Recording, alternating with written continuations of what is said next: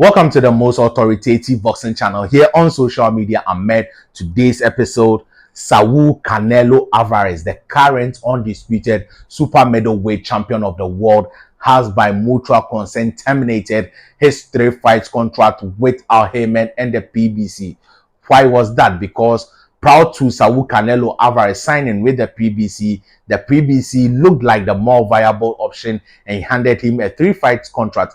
Out of that 3 fight contract, Saul Canelo Alvarez has fought one, and that person was not even the original person whom the PBC wanted Saul Canelo Alvarez to face. The original person was Jamal Charlo, and later Jamal Charlo pulled out of the fight because of domestic issues, and his twin brother took up the challenge, moving to weight class to face Saul Canelo Alvarez, and ended up being totally annihilated by Saul Canelo Alvarez, making boxing fans not automatically being interested with his twin brother being rewarded with a career high payday, and that is Jamal Charlo, leaving the PBC now with limited options. The next option available on the table was Terence Crawford, and Saul Canelo Alvarez stated categorically that he was not interested in the Terence Crawford fight, and the Terence Crawford fight, he had all to lose and nothing to gain.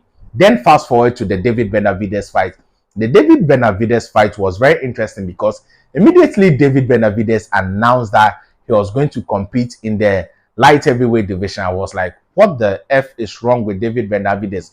Why are you not fighting Saul Canelo Alvarez? Maybe he did not want to wait on Saul Canelo Alvarez, or he can move down in weight to fight Saul Canelo Alvarez at any time. But my memories then clicked me that David Benavidez at a point in time had struggled to make weight. So why would he move up and move back down for the Saul Canelo Alvarez fight? Then it occurred to me that it is purely monetary issue, because David Benavidez, regarded as a Mexican monster, is very known in the boxing community, but for the neutrals who normally adds up to the cash for the financial gain or financial success of a boxing fight, do not know David Benavidez. He is not popular among the casuals or the neutrals. So how do you market a fight with David Benavidez? It was reported that David Benavidez and his team sent Saul Canelo Alvarez a guaranteed of $55 million. I think that if they really did send Saul Canelo Alvarez a contract of $55 million, I think Saul Canelo would have taken that within a heartbeat, because Saul Canelo Alvarez publicly announced that he is interested in facing anyone in the 168 division, and he is not doing a catchweight. That was why he also debunked a 164 catchweight from Terence Crawford. Now, if David Benavidez had, I think that he has shot himself in the foot, because prior to Saul Canelo Alvarez moving to the super middleweight division, David Benavidez was champion.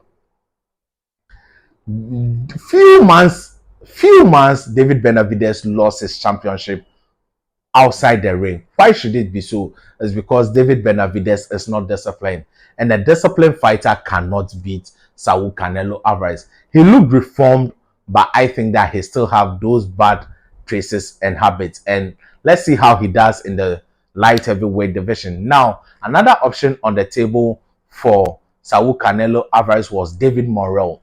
David Morrell is a very skilled fighter, but he is not popular, and he is from Cuba. So that fight will not generate enough money, automatically making it moot. Then the next person was Caleb Plant.